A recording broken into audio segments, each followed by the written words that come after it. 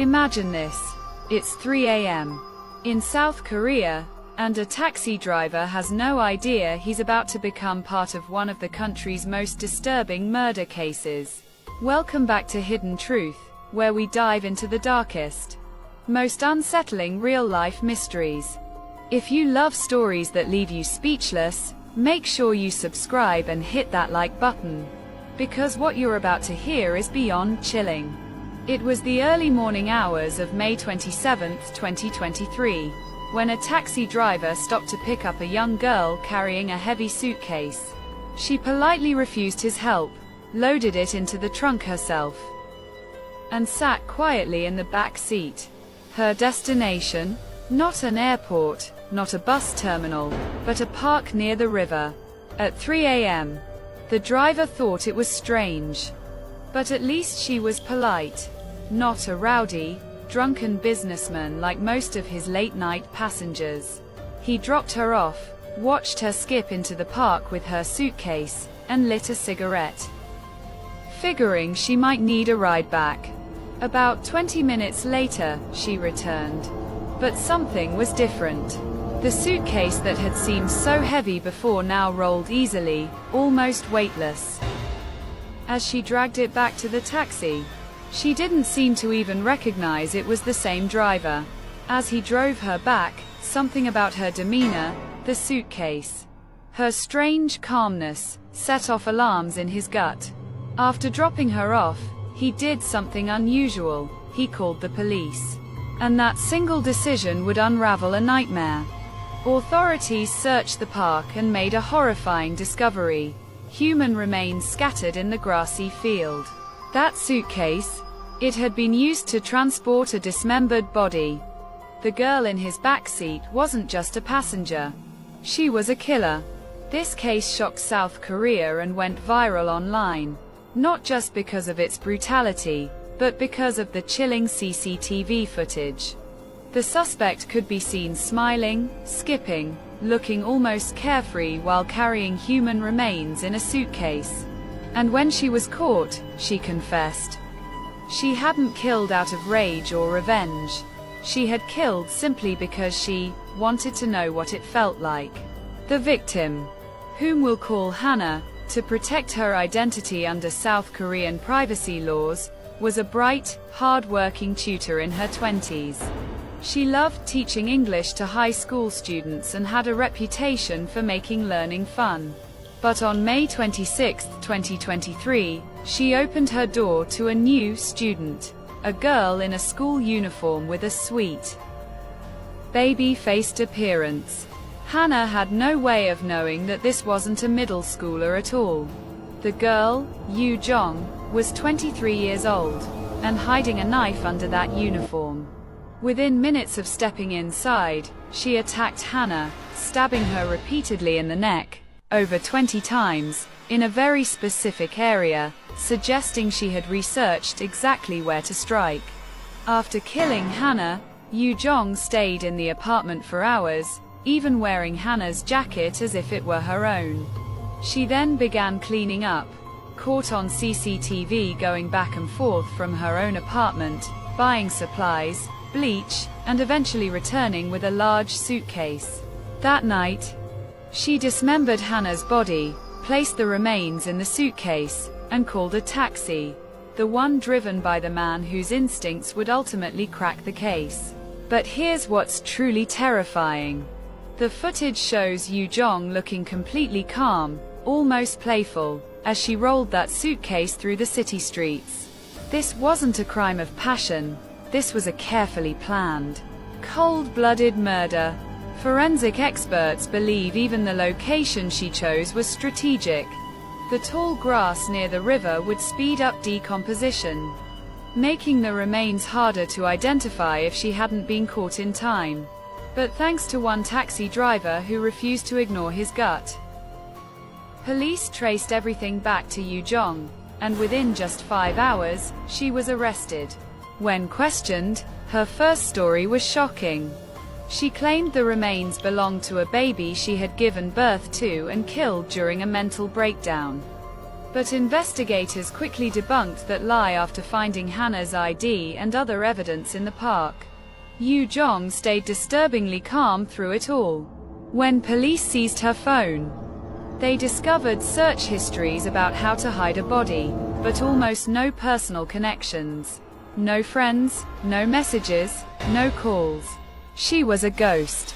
Her former classmates later described her as invisible. She rarely spoke, never acknowledged anyone in class, and avoided social interaction at all costs. This wasn't a case of bullying or isolation forced on her. It seemed to be a deliberate choice.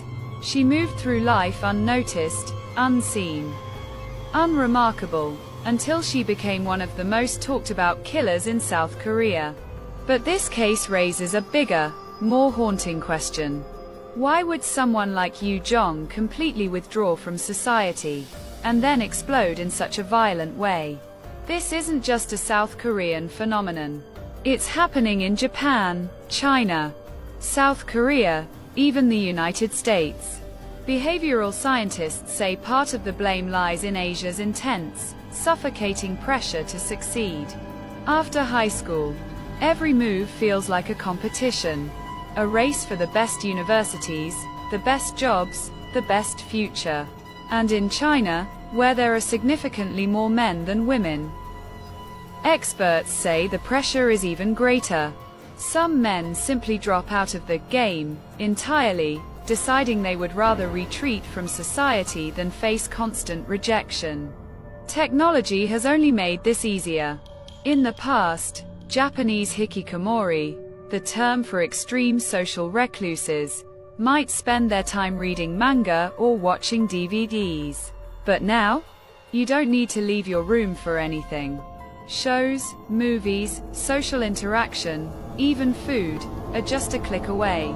In places like Japan and South Korea, delivery services are so efficient that you can live for years without stepping outside your front door. It's gotten so bad that some parents hire rental sisters, young women whose job is to knock on the reclusive son's door and try to coax him back into the real world. Millions are now living this lonely, isolated existence, and many don't even realize how much time has passed until years have gone by.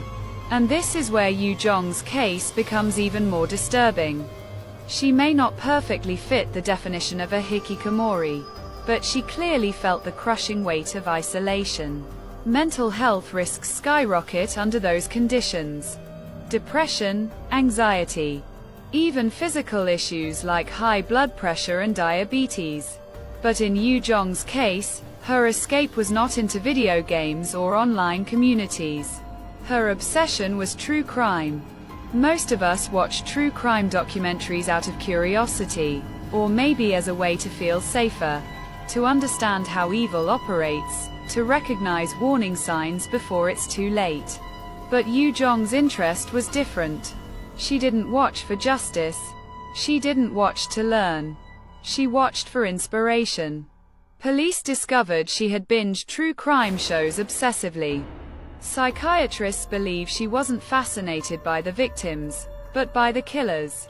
She wanted to know what they felt. And unlike most viewers, she had no other hobbies. No outside interests to balance this dark curiosity. She began planning.